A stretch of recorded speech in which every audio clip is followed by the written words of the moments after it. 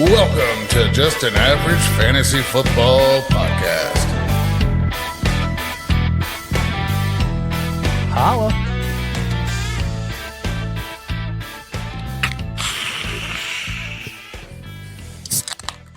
Damn, it didn't sound anything like that, man. I need to listen to that one more time and try to remember what I'm doing here. That's what we're missing. Well, I'm sorry. Yeah. Well, welcome into Just an Average Fantasy Football Podcast. I'm your host, Daniel Hayes, with Matt Baker That was me. and with Larry Cowan. What up? You can find us at avgffpod.com. You can find us on Facebook, Apple, Spotify, YouTube, Podbeam. You can go flick the bean. You can listen to us on the website. Flick that bean. So go check us out. Give us a like, give a follow, subscribe, whatever it asks for.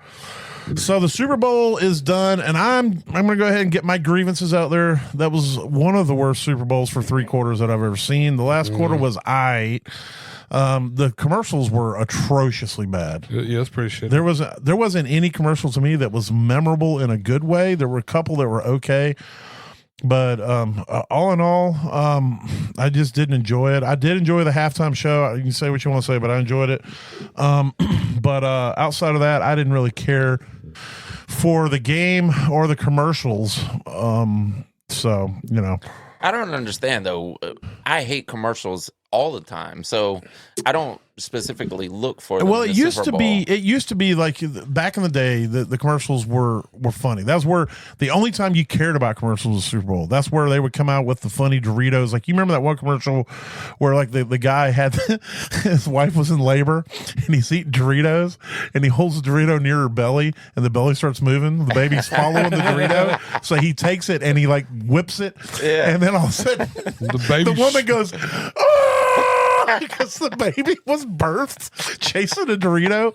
Those are the kind of commercials that you would get at the Super Bowl. I want to say the "What up?" Yeah, started as the Super Bowl. Super Bowl Budweiser, commercials. frogs. Yeah, The they- Budweiser frogs. They had that Cheez-It commercial about 6 years ago where they're talking in the kitchen about, well, why are you guarding your Cheez-Its? He's like, I don't know, anybody could steal it. The burglar, the neighbor, or Sasquatch. And then he's fighting Sasquatch when the lights come on. He's got like night vision goggles and he's like, My favorite part when the neighbor runs in and steals them and runs away while he's fighting Sasquatch. God, that's the kind of shit that's just, it's dumb, but man, it's. They used to have entire shows that would be like, you know, an hour-long special of the greatest Super Bowl commercials of all time. And now it's like this one half of them were AI enhanced with it was so bad with all the old they were actors contrived, and stuff. where they were. It's like it felt like they were trying so hard to be funny that it was like.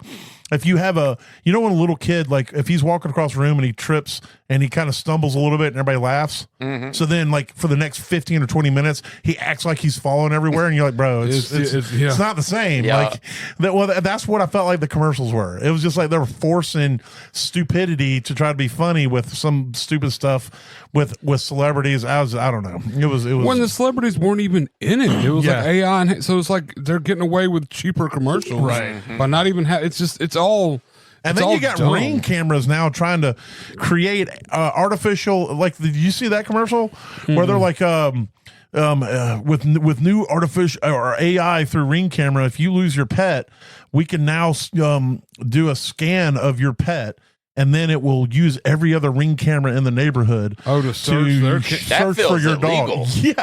Yeah. I'm sure it's in the fine print when you sign up for there. Yeah. I mean, it's That's what all this I'm sure it's something. Hopefully it's something you have to opt in for. Yeah. I don't probably know. inclusive, and you have to opt out. That's probably that might what be it the is case too. Well, like with I know Facebook, the police are using it. I mean, they have a network that basically shows every camera in the city, and they can just zone in on anything, including your Ring cameras. Can access anything that's. But for the purposes of this podcast, we'll try to stick to the game because there's a lot of other stuff, of course, that went on with the Super Bowl that can take up hours of time. But gambling fraud. I will say I was close on the prediction. You damn near I nailed predicted the Seahawks win 24-13. They won 29-13. I will say on the New England side of the ball, it played out kind of how I expected. I knew that Seattle's defense was very good. I knew that their offense, New England's offense, had looked like garbage the entire playoffs. Yeah, this postseason's been really slow. And it was just, it just, that's kind of how it was. And part of me feels like that New England played scared the whole game until the fourth quarter when they were desperate. And that's when they started scoring points. Well, they started taking a lot more chances. But, I mean, Drake May did get the interception kind of early, and he was getting tore up. They had 4 sacks before the halftime. Was Will Anderson the left tackle? That dude was, he reminded me of Mike Rimmers in the Panthers Super Bowl against Denver when Cam was just getting ate up by Von Miller. It was very reminiscent of that. The left side, with the Panthers, was the right side of the O-line. The left side of the O-line was getting destroyed all night. For the Patriots. It was really bad for Drake May. But their play calling was whatever. They I know that Ramondre Stevenson had some decent runs, but they hardly used TreVeyon Henderson. And he's the fastest. He is the most electric player on both teams. Yeah. And so he's a guy that should have been utilized far earlier and a lot more. Except maybe Shaheed. Shaheed's pretty electric. I will give you that. Him and Shaheed, but Matt Collins apparently is. Yeah, Matt Collins just look. That dude is like, I don't know. It's weird. 5 years? Like, he was with the Falcons and he showed out a little bit, like out of nowhere for no reason.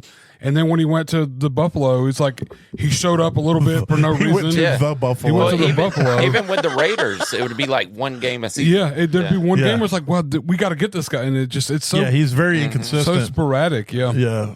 But he was electric. Boogie woogie. There it is. There for them few plays, it was like a back-to-back thing leading down to that touchdown and everything. So but that's what I'm saying. If you go back to the Denver game, they played very similar to me and I understand that it was a blizzard, but it was like they just went out there with this vanilla offense and just keep it close and let the defense do their thing and then just kind of win it as a battle of attrition. But it's like Seattle was just like, once we get in field goal range, no matter what we're doing, we're not taking any unnecessary chances. Yeah. If we can't get a first down, we're going to kick field goal, and that's what they did. They kind of sensed it early that New England's offense wasn't hitting on much, and they just knew their defense was.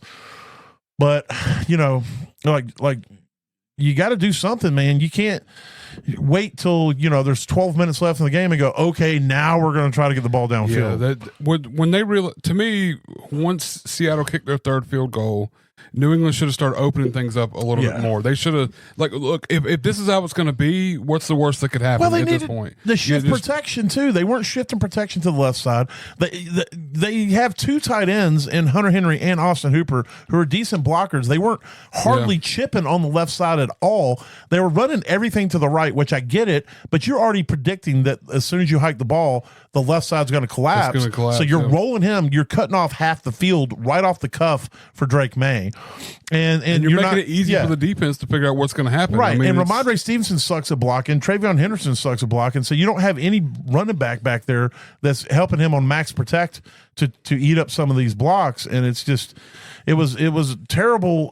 Again, it was very reminiscent of how the Panthers did. It's like, at what point do you go, hey, we got to do something. We can't just stick with what we've always done. These guys are destroying us, and we're going to lose this game. And, I love Mike Vrabel, but I figured at some point he would have been like, yo, fix it. Yeah. Let's try something around Try here. Something different, because what we're normally doing is not right. But it's the Super Bowl. It's like, I don't know, like, to me, it's like once you're already down 2 scores coming back from halftime, why not shoot more shots instead of just because at a certain point you have to score a touchdown. Getting down and kicking a field goal is not going to win it. No, I mean they did get the ball taken away from them on a drop back, so who knows what that pass would have been. They were trying, but it's like when you become an offense that is one dimensional and you were already getting pass rush all night, and now you've become one dimensional where you have to pass and they know it. They weren't even blitzing. They were rushing forward most of the night, and they were destroying that left side of the O-line. Yes. It felt like Drake May was kind of like the spot was just a little too big for him right now. Yeah. I mean, and it's understandable, right? And, it's his second year. And he started seeing ghosts out there after getting hit a few times. And it was almost like he was thinking, don't fuck this up. Don't fuck this up. Yeah, he was playing tight. And I think some of that, too, if I've got a player and I design an offense around that player that's like shows them that I'm playing scared, then that tells that player I don't have confidence in them. Yeah. But if I design an offense around that player where I'm going to let them try to play ball, then maybe it instills some confidence in them. You know, when my son first got his driver's license, my oldest, you know, he's as soon as he got the license, he wanted to go cruising. So we get back to the house, and of course my ex-wife, you know, she was, oh my God, and he didn't have a cell phone or anything. So it was like, when you get your friends, you call me and blah, blah, blah, you know, this and that. And she was like panicking, and I'm like, you got this, you know, here's the keys, have a good time. And I was all nonchalant. And then he headed out, and she's like, "You're not worried?" I was like, "I'm scared to fucking death, but I don't want him to see that because if he looks at me and sees that I'm scared, he's getting nervous. I want him to think that I believe in him, and so when he pulls out this driveway, he has that confidence, and I think there's a lot of that in the way that they were coaching Drake May in this game. It's like it felt like to them they weren't showing him that he could do it, and so at that point it's like, well, maybe I can't do it. And then the longer he kept getting bum rushed by the left side, it was like, well, maybe they're right, you know. Well, I'm sure the media and the lead up to the game also played a part, because he's probably reading the press clippings, absolutely listening to what they say. Oh, they had an easy schedule all season, you know, and they're not playing great. So when he gets out there, he's like, damn, maybe that's true. Yeah. He starts weighing on, especially young mind. I mean, he's still a baby. I mean, you think about it. It's so impressive. He looks like a baby. Yeah, right. So I mean, it is tough. It's tough for these guys in this kind of spotlight at that young of an age too. Yeah.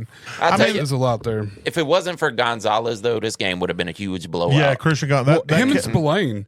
Like I was texting Daniel before. I didn't realize Spillane had ended up on the Patriots, man. But that dude was all over the place. Anytime you heard anything going wrong on Seattle, it was like, oh, Spillane got there early, you know, kind of deal. Yeah, I'm like, man, that one dude, Gonzalez basically shutting down JSN, and then he did that one catch or one pass broke up at the end zone that should have been a touchdown. Yeah. That was like towards the end of the second half, I think. Yeah, that was a big play because where he leaped out. He almost intercepted it. I mean, but it was right there. Yeah, it was. It definitely was one of those where it looked like New England in the moment was too big for them at that time. And to be honest with you, Seattle, I don't think they had to do. They did what they had to do. Oh yeah, it wasn't one of those at no point where they pressed. So you can't really sit here and overanalyze that. You know, I got to give it to Sam Darnold. I have not been one of his biggest fans. I should say I never disliked Sam Darnold. I just never trusted him. I always felt like Sam Darnold was not a guy that could step up when the lights got bright, that he was one of those that would fold as the lights got bright. And to be honest with you, for a majority of his career, the brighter the lights, the worse he played. Absolutely. But this season, they found a game plan. They gave him a defense, and he went out there and he took them to a Super Bowl. You know, he won 14 games for it's not the first player ever, but the first player in a long time to have back-to-back with two different teams. I think different teams. Yeah, he's the first player ever to have 14 wins with two different teams in 2 different years. Back-to-back seasons. Yeah. At this point, he's the grizzled old vet. Yeah, that's true. And he's still only like 26 years old. Yeah, and he's the first one of that draft class to go out there and get a Super Bowl. Yep. You know? That's an insane to a stat, Super Bowl, right? Yeah. Because that was such a draft class. Yeah, it was. And for him, his journey, starting out with the Jets being absolute cheeks with that team, and then with Carolina and not really getting an opportunity with Carolina. He was the one seeing ghosts. Yeah, and then balling out with Minnesota for most of the year, then losing the playoff game, and then getting run out of town there, which was insane. How bad they became, and then he's winning a Super Bowl, which is just like an extra rub. It shows what can happen when you got a guy with potential, though, and you hang on to him for long enough until he can get it. Yeah, I think it's also good that he played that 1 year's or that half a season or whatever it was with the 49ers where he was the backup with Shanahan, and then played the season with Kevin O'Connell, and who's also a great quarterback coach in Minnesota. And I think those two things kind of helped him reset his career and get back on track, because he always had the tools. That's why he's the number 3 pick. Yeah. It was just about him seeing ghosts. You remember all that when he played for the Jets. And him getting past that and getting back on ground, because when you got the blood of Dick Hammer running through your veins, at some point you're going to rise to the occasion. Yeah, it's definitely got to step up. I mean, he paid homage a lot to Brock Purdy when he played with the 49ers, and like his attitude and his style of play. It's like, it was so different from what I came into this as, watching his interview and everything, and to be able to humble himself enough to take advice and or listen to someone that's younger than him and is outperforming right him, and use that to move forward. Yeah, that's what he was playing part of, and saying where he got as good as he did this. Well, the year that he went to Minnesota was McCarthy's rookie year. McCarthy was supposed to start. Yeah, he was supposed to go there to be McCarthy's backup. Yeah, exactly. And so for him to even know that going there, that was most likely, like you said, for him to humble himself and say, "Hey, I'm going to go here and try to compete. And if I don't, then I'm at least in a good system." Yeah. And then for him to do what he did there too, and have a really good season. I mean, statistically, obviously winning 14 games with Minnesota, but statistically he was through the roof as well. Yeah. And then, this entire playoff run, he did not turn the ball over once. Yeah, not the whole playoffs. Yeah. Yeah, for the entire playoffs, which is crazy because, he did turn it over a fair amount during the regular season. And then, he locked in during the playoffs and knew that his defense was good enough. As long as he doesn't give short fields to them, they're going to, which he's right. He was right. They're going to keep him in every game. Yeah. Mm-hmm. Oh, yeah. I was upset. I think Jason Myers should have been the MVP. Personally, but I understand he's a kicker. Generally, they don't get him, and I will say, we do need to bring up Kenneth Walker because he was steady be shitting in the regular season for the most part, but he was steady be hitting in the postseason. And he went out there. Without him, they obviously wouldn't have been able to do a lot and get him within those field goal ranges. So for him to be the MVP, I don't hate it, but Jakobi Meyers should have got some love at the end of the Jason Myers, I'm sorry. Yeah. Jay Myers, yeah. I said his name right the first time. I fucked up second time. But he should have got some love. He definitely should have. I didn't recall anyone bringing him up in the post game. Nobody even bothered to interview him. It's like he put up 15 points and fuck that guy. Yeah. He's just doing his job. Right? Shit, just don't miss, bro. Yeah, with the crosswinds there and to hit 5 of them like that, dude. Yeah, it's an open roof stadium. Yeah. Yeah, no, it was good. I'm not apologizing to Kenneth Walker yet. I said it before the podcast. If you're gonna do this, continue next season because it's so hard. We're talking fantasy here. I can't apologize to a guy that didn't do all that great all season, and then all of a sudden in the playoffs, looks like I should have drafted him 1 overall this last year. He averaged over 100 yards per playoff game. Putting him on blast though. Did y'all hear that? So during the game, he's talking about how great a runner he is, and then he misses one pass. He goes, "Well, let's not forget, he's not a very good catcher." This is the problem with Kenneth Walker is he's terrible at catching and terrible at pass blocking. That's what I hate about announcers in general for any football games. Yeah. It's like one good play, this is the best player we've ever seen. One bad play, this is the worst player. Before that Drake May interception, he was like, "Well, now we're starting to see Drake May is the quarterback he is and carried this team, and he's really showing something here, the poise." And then interception, he didn't say nothing. It's like crickets on the screen or on the TV, and it's like, okay, yeah. So you're right. Like 1 minute, this dude's a Hall of Famer, and the next minute it's like, well, Drake May shouldn't have made that pass across the middle. I was like, bro, 5 seconds ago you were comparing him to Dan Marino. Yeah. Dude, when you're a fan of a certain team, it pisses you off to listen to announcers sometimes, man. Oh yeah. Or if you hate a certain team and the announcer loves them. I don't necessarily hate the Chiefs, but good Lord, if I got to watch a game with Chris Collinsworth announcing Pat Mahomes anymore, I'm going to jump off a building. And Savior Patrick Mahomes. But yeah, it's going to be interesting to see next year. What is your confidence level now moving forward in players like Kenneth Walker? Like next year, I'm sure he's going to skyrocket up the draft boards. If he's a second or third round pick, are you willing to take him in redrafts at that high? It depends on who's in front of him, how the order shakes out by the time draft rolls around. But I guess it's also going to depend on whether Charbonnet's still there next year too. Yeah, I'm not afraid to take him because I think he can have another good season. Yeah, but I'm not going to buy the surge in the price. Yeah, and it's going to happen. I think so. There'll be people trying to take him at the end of the first. Yep. Yeah, and especially if Sharps doesn't come back off this injury.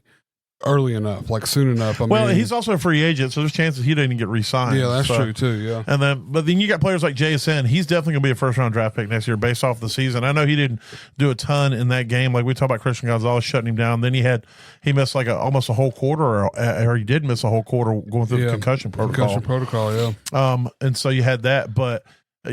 Based off of the season that JSN had, he's definitely probably going to be a top 5 pick in most leagues next year. So he's going to jump up the boards. I'd buy that though. I absolutely would buy that. Yeah. Especially if Darnold's going to be back. It's going to be. I am a little concerned. We'll talk more about this in a minute. But Kubiak, the offensive coordinator, is going to the Raiders, and that's his offense because the head coach of Seattle is the defensive coordinator. And so, Greg Kubiak ran that offense, and now he's going to the Raiders. So, we talk about this all the time, why it sucks when these teams take defensive coordinators for coaches. I mean, it works for Seattle. They just won a Super Bowl, but guess what? Now they got to find another offensive coordinator. And if he's going to come in and run the same system, how that's going to gel with Darnold and this team. So it's going to be interesting to see who they end up getting, if they're just going to promote somebody within, or if they're going to go out and get another offensive coordinator moving forward.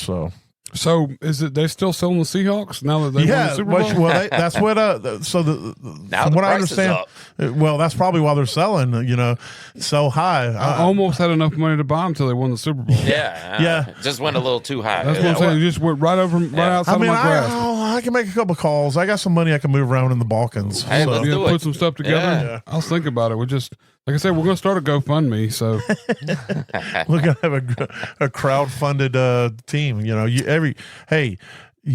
For just a measly $100 and something $1,000, you can own a percentage of the Seattle Seahawks. Very small percentage, but a percentage. This is the people's champion, right? Yes, here. Exactly. Yep. And we're going to move them to Covington, Georgia. Yes. Somewhere close. I want to get outside of the traffic. We might move out to like Madison or something. Get away from the Atlanta traffic, But absolutely. It'd be way cheaper to build the stadium out there too. I mean, I get the property cheaper. Well, hey, perfect town. We'll move them to Danielsville. Oh yeah, exactly. My name's in it already. Yeah, it works out perfect.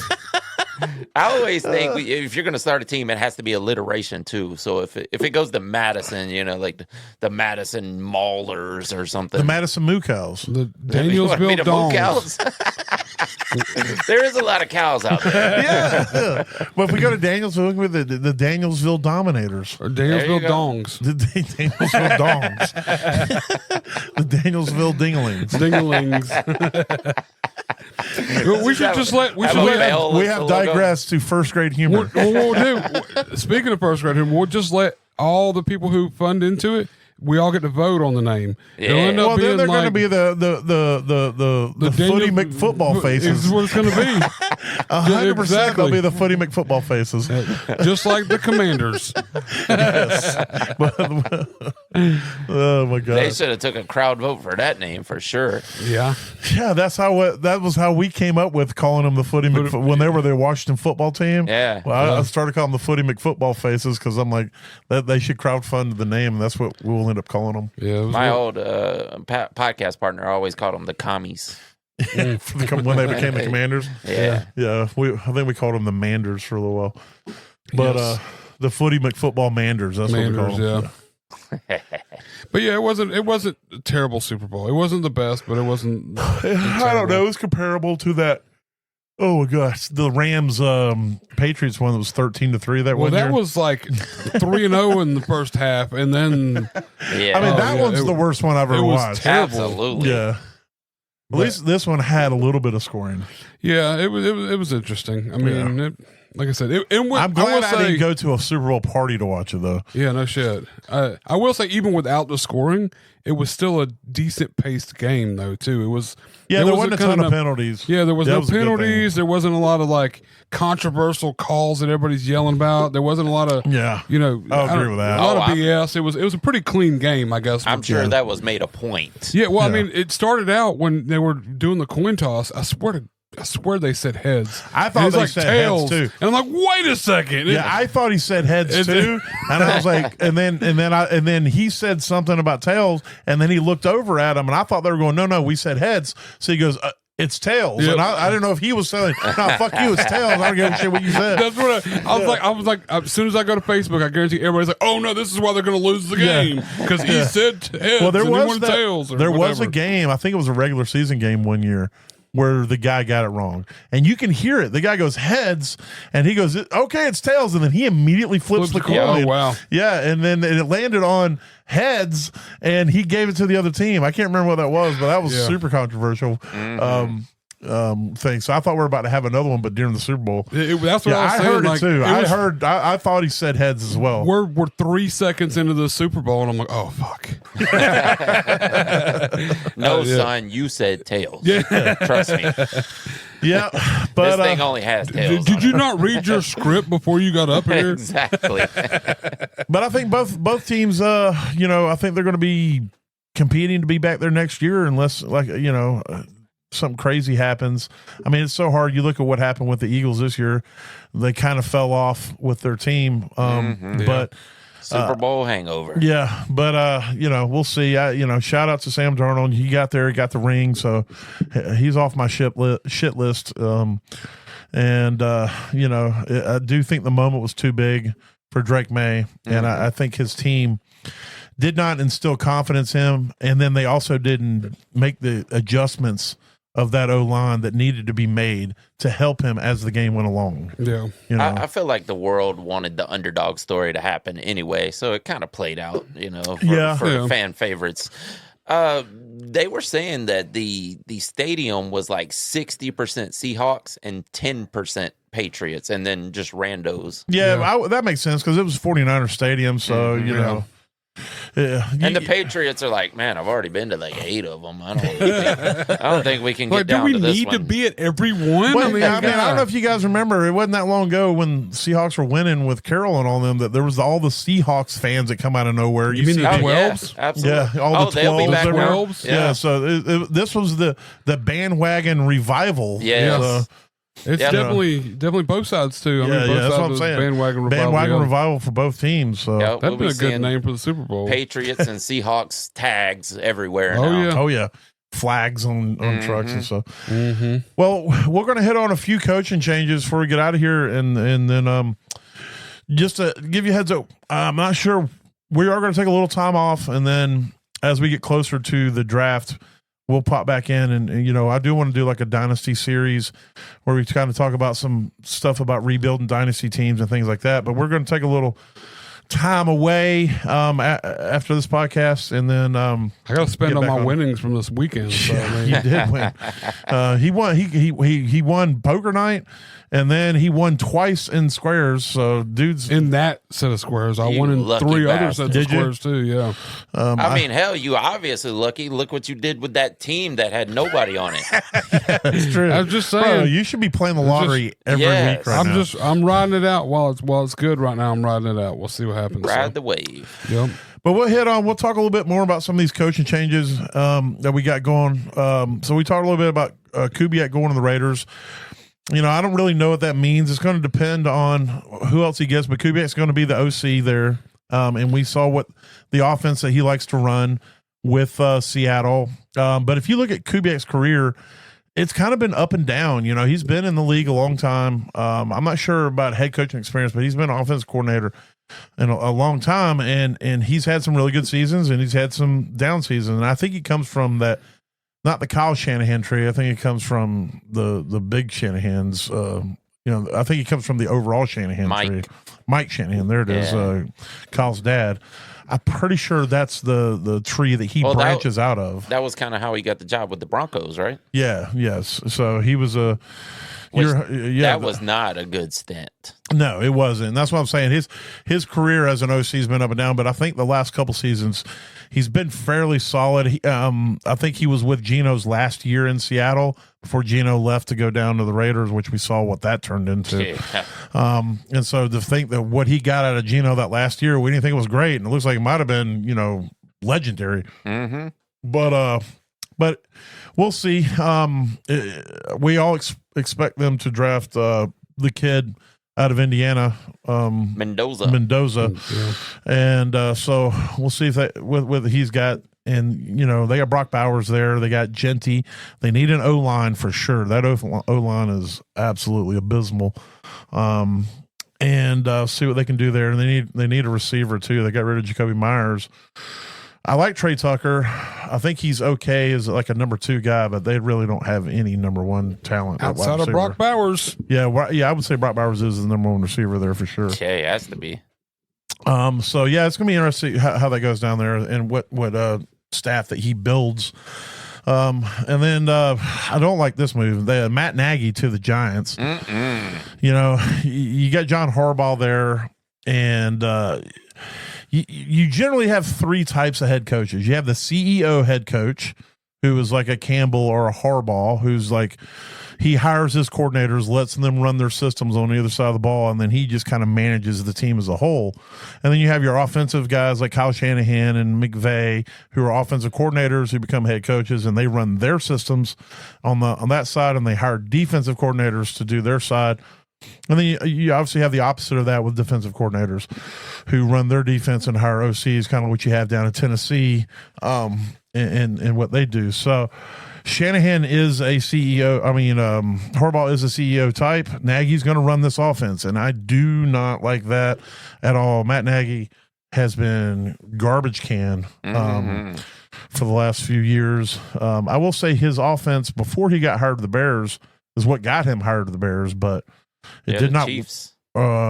Yes, but this Andy Reid's offense, you know? Yeah, exactly. And so none of Andy Reid's, if you look at Andy Reid's coaching tree, they don't really do shit.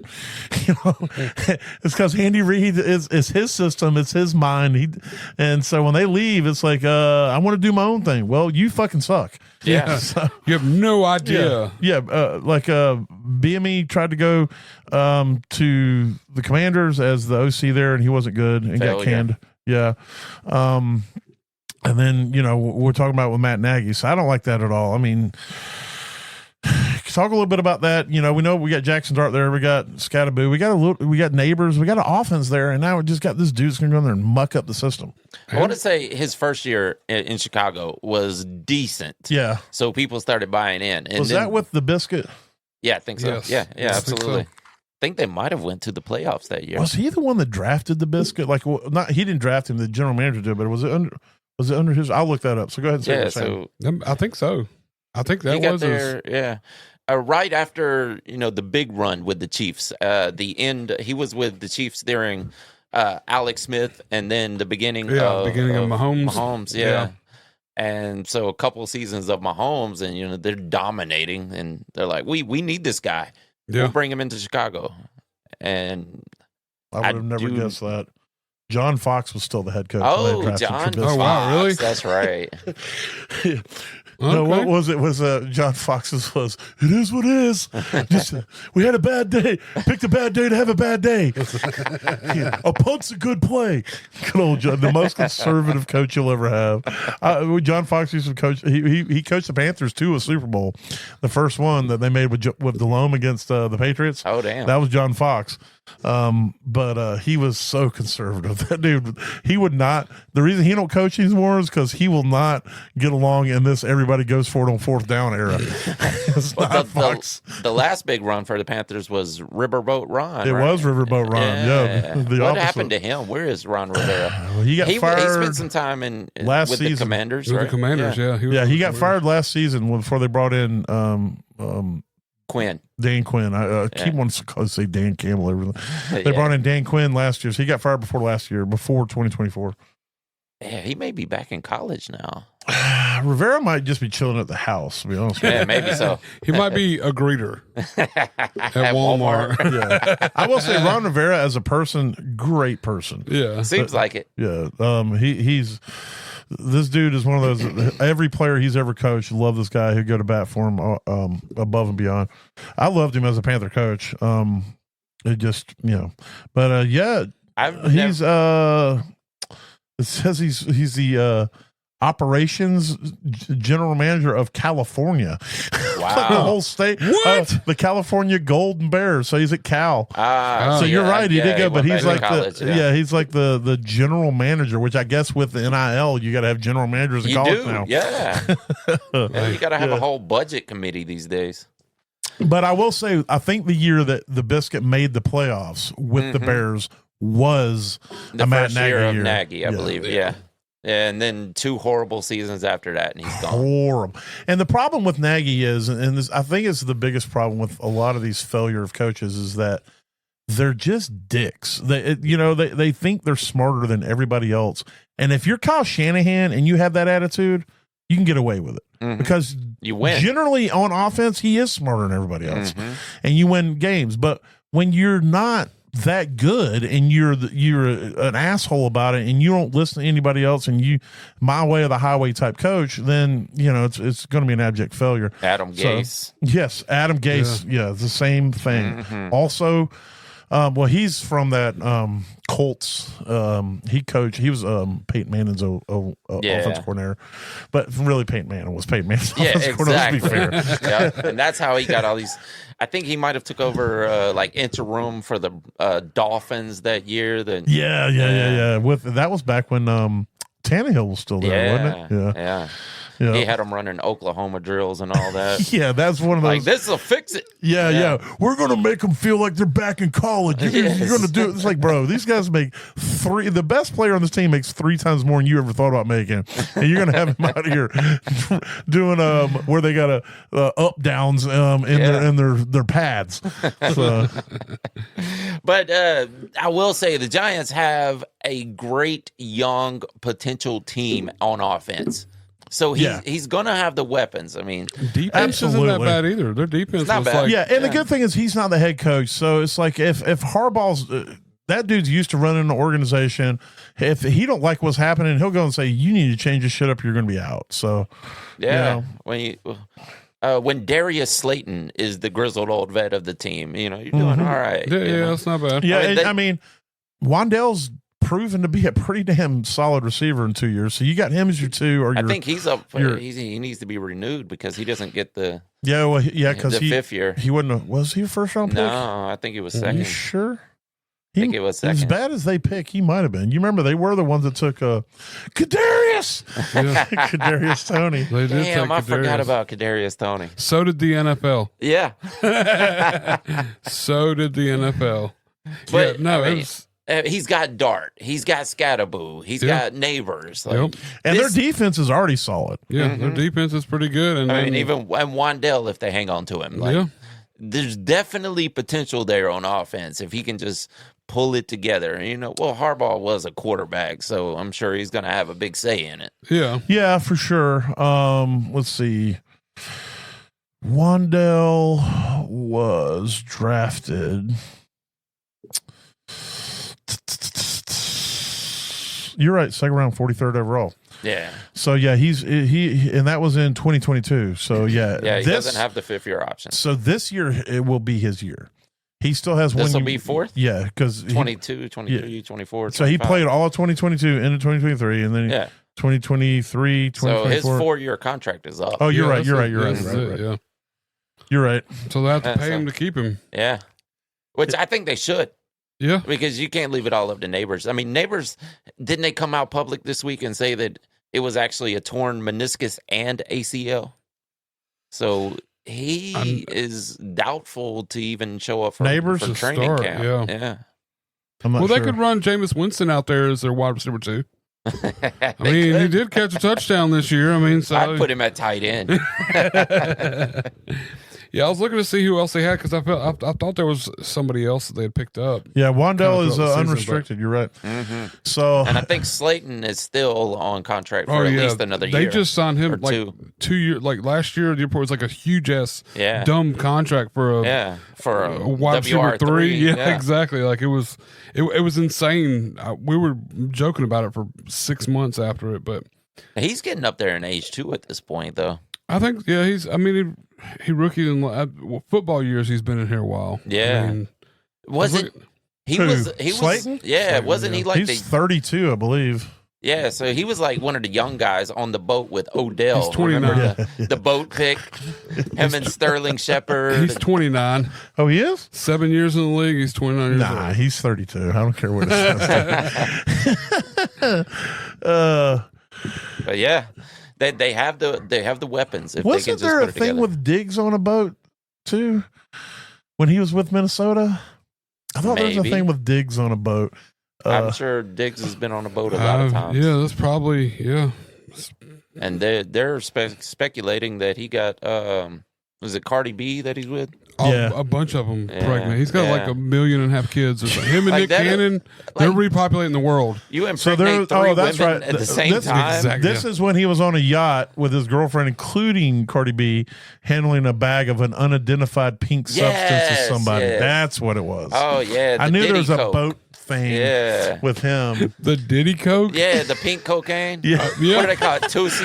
Hold on. Allegedly. for legal purposes. Yeah. Just in case. Yeah. Yeah. That dude. Oh God. Yeah. He's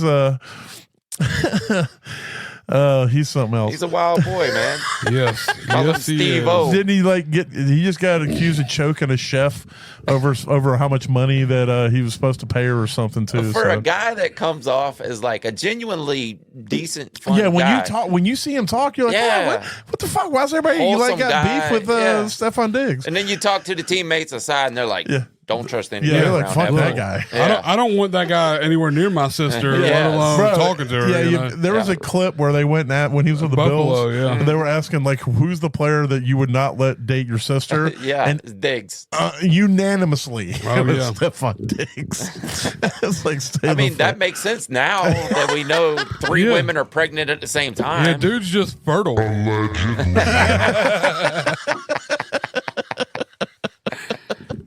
I don't know how we get yeah. off on this tangent. All right, so enough on the Nagy stuff and the Diggs digging. The Browns, we talked a little bit last week about it, but Todd Monken to the Browns, I don't know how that's going to work out.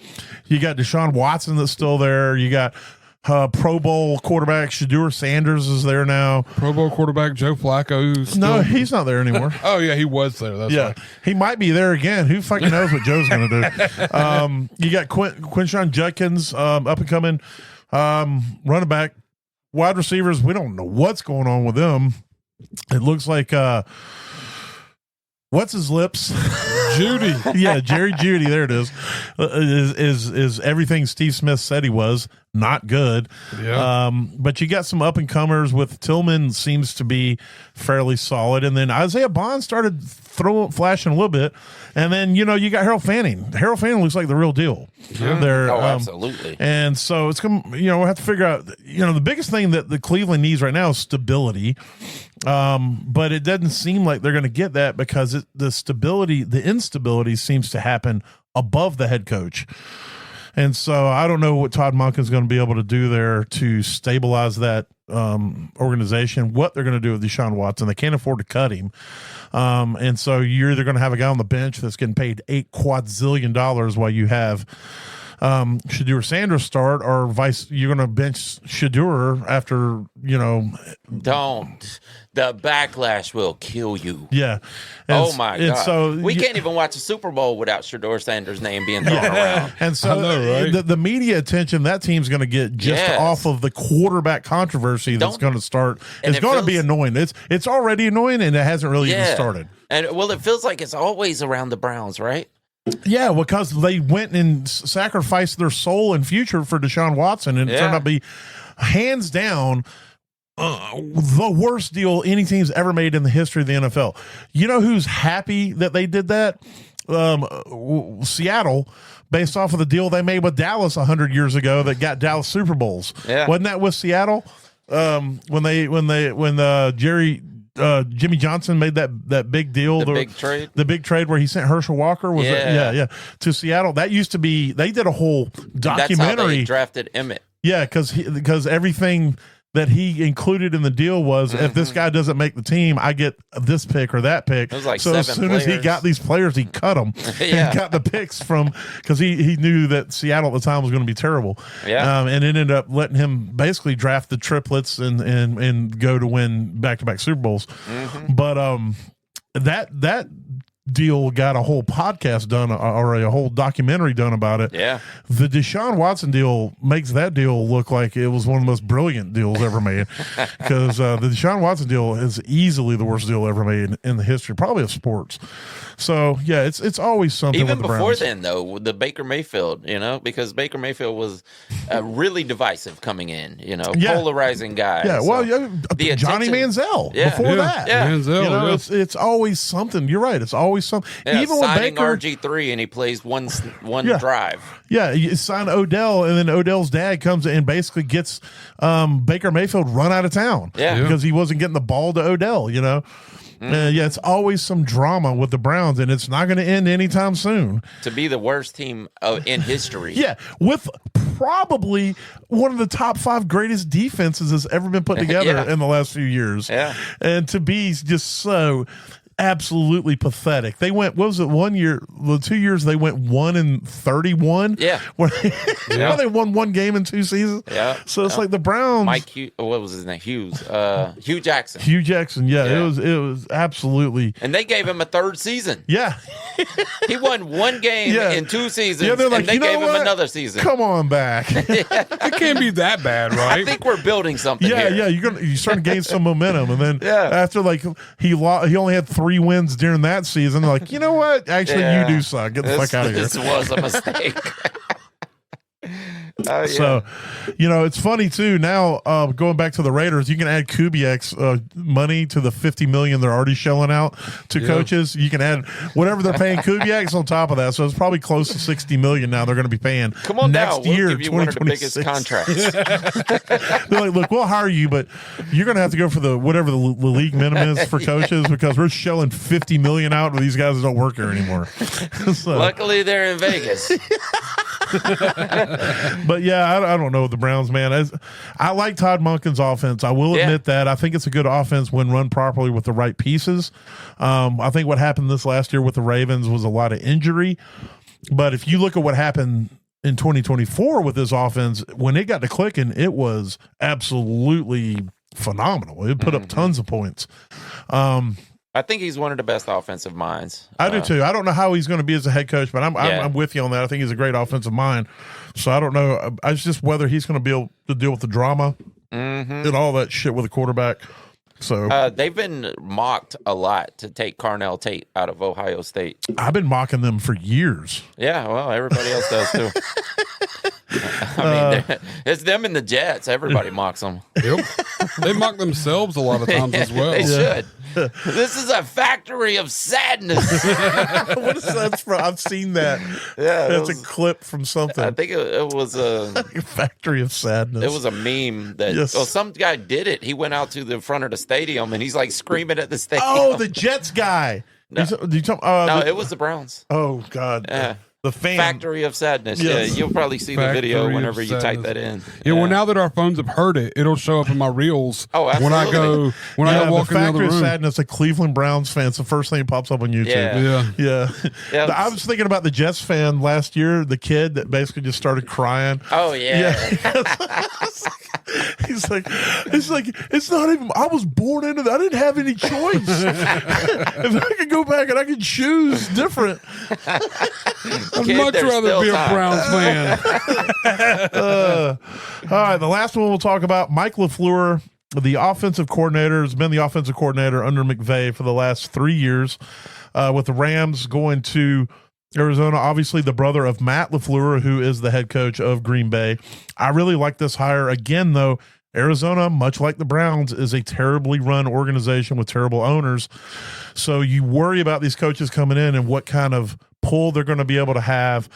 You kind of seen with what even went on with the Giants about everybody infighting about who should have drafted who, and even with Minnesota where they're fighting and pointing fingers at even Buffalo. They're doing that. Buffalo. They're doing that at Buffalo right now. So these we didn't want Keon Coleman. Yeah, I don't even know who this guy is or why he showed up. And so it's like you see all this going on, but LaFleur going to Arizona. I think one of the best things, if he could get it done, is to hire what's his lips that was the head coach of the Bills as his defensive coordinator. McDermott. If he could hire McDermott I don't know if McDermott would do that. He may want to take a year off. I can't believe McDermott didn't get more head coach run. But if he can get McDermott to come in and be his defensive coordinator, or any of these guys really, and I don't think defensive coordinator has been hired across the board, except maybe the Giants. I'm not sure if they've hired a defense coordinator. I'm pretty sure I know the Raiders haven't because Kubiak hadn't been made official yet. And I haven't heard Arizona if they've hired one because LaFleur's going to be the OC and he's going to be running that McVay offense. So, which, we'll see. Zach Taylor was also a McVay disciple and he was not a good OC with the Falcons, whether that was his own fault or whether it was the head coach not letting him run his offense's fault. I don't know. We'll see next year because he's now the head coach or the offensive coordinator for Tampa. But back to this, is LaFleur going to be able to come out there and run that McVay offense and be successful in Arizona? And are they going to keep Kyler there? That's the question. Are they going to stick with the Brisket? Are they going to re-sign the Brisket? I'm pretty sure he's a free agent. And there's not a quarterback really for them to draft where they're drafting that's going to come in and take anybody's job or start. Are they going to keep Kyler there? I'm pretty sure Kyler's still under contract, but we looked it up last week. I think if they cut him before June 1st, they can save like $30 million or $20 million or something crazy. Big number, yeah, definitely. And so, are they going to do that? Or if they do that, they have to re-sign Brissett if they want to have any chance of competing. Yeah, and any shot at it. I'm trying to think if there's anybody else out there Clayton that would be Tunes worth going to. I think Clayton Tunes is still on their roster, but I mean that dude's nothing. Yeah, they could go after Malik Willis. Malik Willis is going to be up this year. They're talking about he could be out on the free agent market. That guy might get 40. He might get starter money this year, like real starter money. You know who their starter is going to be? Who? Carson Beck. Carson Beck. Yes. You think they're going to draft Carson Beck and start? Oh my God! Please, God, don't draft Sid. Listen, dude. Carson Beck has the most punchable face that's ever been created on a human being. I don't care. The hype is already starting to build. That guy is so annoying. Yeah. He looks like Sid from not Toy Story, the Sid, the Ice Age. Ice Age. God. The sloth. He does have the face. And the eyes are 35 miles apart. Yeah. But he also looks like if you went and watched every 80s movie that has a teenage bully in it. Yeah. If you took all their faces and stuck it in a computer program and said, create a bully that meets the criteria of all these faces, it would be his face. He looks like fucking Eddie Haskell from Leave It to Beaver. No, he does. Eddie Haskell looked great compared to that. Yeah. Oh, you know what? The bully from Christmas Story. Yeah. That's closer. Damn, I forgot what I was going to say now. Oh, the hype is starting to build for Carson Beck though, and it's going to continue. I mean, he'll probably be a day 2 guy, but I'm predicting he's going in the second round somewhere. So one of these teams are going to take a chance on him. Well, we'll see what he does in the combine. The hype can build, but if he goes and craps his pants at the combine, then I think it would be Kyler. I mean, of course, they're built completely different, but it would be Kyler Murray all over again. This guy also is on record saying, I do not watch football. Yeah. I just play it. Yeah. He doesn't watch film. So it would be a lateral move in the end. Yeah. Unless they want to take a chance on Diego Pavia, we just like short quarterbacks. That's even worse. That's why I said there's no quarterback I think they're going to draft that's going to compete, even with Clayton Tune, to be honest with you. Yeah, they'd be better off holding on to the Brisket. If you get beat out by Clayton Tune, dude, you should just go to the AFL or the UFL. I'm calling right now. Malik Willis is going to be a Cardinal next year. That's what I'm calling. I think so. Yeah, I think if Malik's going to, because I'm pretty sure his contract is up. They're not going to re-sign him to stay in Green Bay because they're not going to pay him. He knows he can get starter money. I'm sure his agent right now is telling you, bro, we can get you starter money. That's a big chance that you're taking on him. I mean, it's already out there though. All the experts right now are saying it. There's people that are going to be going out. He looked great coming in for Jordan Love last year. Yeah, but I mean, but he's already been a failed starter though. But the Titans, every start that he had, and you got to look. LaFleur, his brother, is going to Arizona. You know what I'm saying? So Matt could be like, hey, you need to get this dude. He already and they run similar systems. Matt already runs that McVay system in Green Bay. That's where they all came from. Well, they all came from the Shanahan tree. So it's all part of the same thing. And he's head coaching. This dude's about to be on the market. He's going to tell you, get rid of this, keep Brissett. Bring this dude in, let them compete, and I'm calling it. Based off of the fact that his brother's going there, and that Malik Willis is going to be on the market. I think Malik Willis, if they pay, that's the problem with Arizona. You have to know what their money they're going to cut that check. Yeah, but if they give him a 3-year deal, whatever they say with Kyler Murray, they could give to absolutely. him. Yeah, they're definitely going to have to get rid of Kyler to do this. But put him on a 3-year deal, approve it 3-year deal with a fourth year they can get out option, and or even make the third year a void year. Yeah, basically give him 2 years at $40 million, let him come in, and then see what he can do. It's just hard to believe Malik Willis will be getting $40 to $50 million a year after his history. I know, but I mean, just off of a few good games as backup.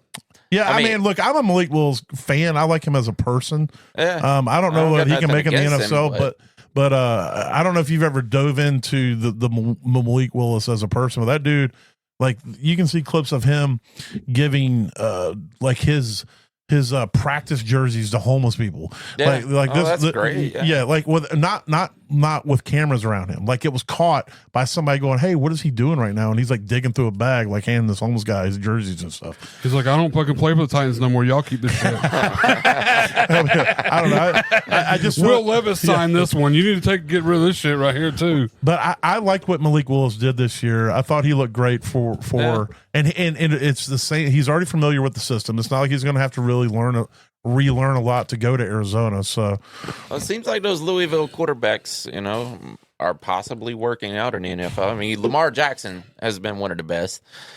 Looks like Tyler Shugg is decent. I mean, so we just had it. Clint Kubiak is officially the head coach of the Raiders. Oh, so nice. It's official. So for the next year and a half. Yeah. In 2028, they're going to be paying $100 million to coaches and hiring a new one again.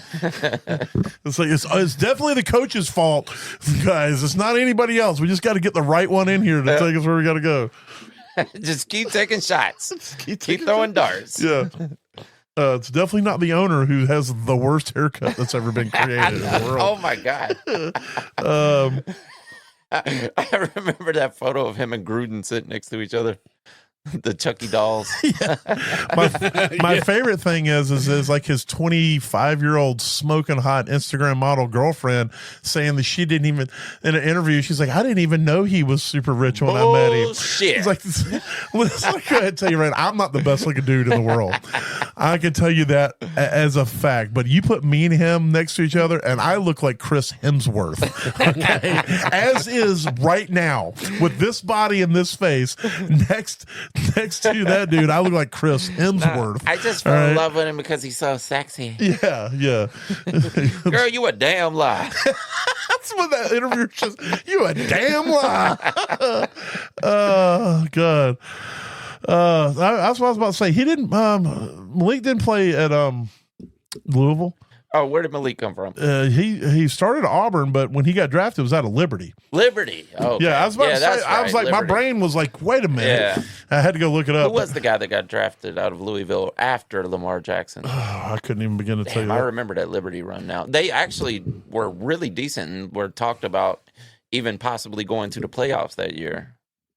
And I didn't even realize that they were in the same, like Liberty was a high enough division to go that. Yeah, they're D1. They're not Power 5 or Power 4 now. Oh, yeah, I know that. Yeah. Bridgewater's from Louisville. Teddy Bridgewater, yeah. Malik They've actually had a Cunningham. That's who Malik Cunningham. I forgot that guy even. Yeah. Didn't he change positions when he came in the NFL? He went to a wide receiver, yeah. Yeah, that's what I thought. Yep. All right. Well, that's it. If any major news drops, anything crazy, generally when the free agency and trades and anything get going, we will have a show at some point talking about, players, where they're going now and stuff like that. So we'll hit all that up, I'm sure. There's no real set timetable. We just kind of do whatever the fuck we want, whenever the fuck we want to do it. I will say it'd probably be good for some numbers to run a decent bit in the off season. What do you mean? Run your shows a decent bit in the off season, so you start building those people, and you'll see it climb. Like rather than waiting till just before week 1, we start back. Oh no, we generally pick back up 4 weeks before the draft, and start talking about prospects and stuff like that. And you run from the draft, and then we stay steady from the draft on. Yeah, we only take like a month or so off. It's not anything crazy. I've seen a lot of podcasts just lose all their viewers over the off season. They just disappear and come back week 1, and then the numbers are gone. Generally, by the time we get to this point in the season, it feels more like a job than something fun, and we're not getting paid to do this.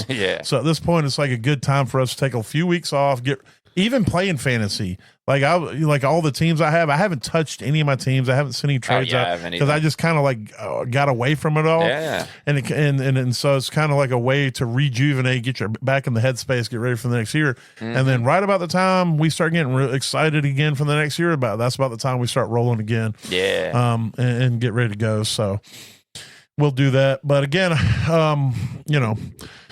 good, it's good that I like the fact that Seattle won the Super Bowl, but I didn't necessarily care for either one. But I called that shit. I didn't call it in my brackets though. I have to at least own that. I did pick the Patriots, but once I saw how bad the Patriots offense was, I switched at the last minute. Yeah, good idea. Yeah. I mean, you hedged your bets. You picked one on this team and the other. So when you go to the other podcast, you can be like, I had it right all along. Yeah, nailed it. I would definitely. Did y'all pick a score on that one? Or did y'all just pick a winner? Yeah, I just gave the same score, and it was not right, obviously. But I thought maybe Drake May could turn it into a shootout and hang in there. But I definitely picked the Seahawks to win. All right. Well, there it is. If anything we ever say or do helps you get to that average place in your leagues, that means we've done our jobs, because when you finish average, you don't finish last. We hope you guys have a good getting ready for the next season. If you're in best balls, have fun drafting those lineups. Mm-hmm. And we'll talk to you on the flip side. Deuces. Later. Holla.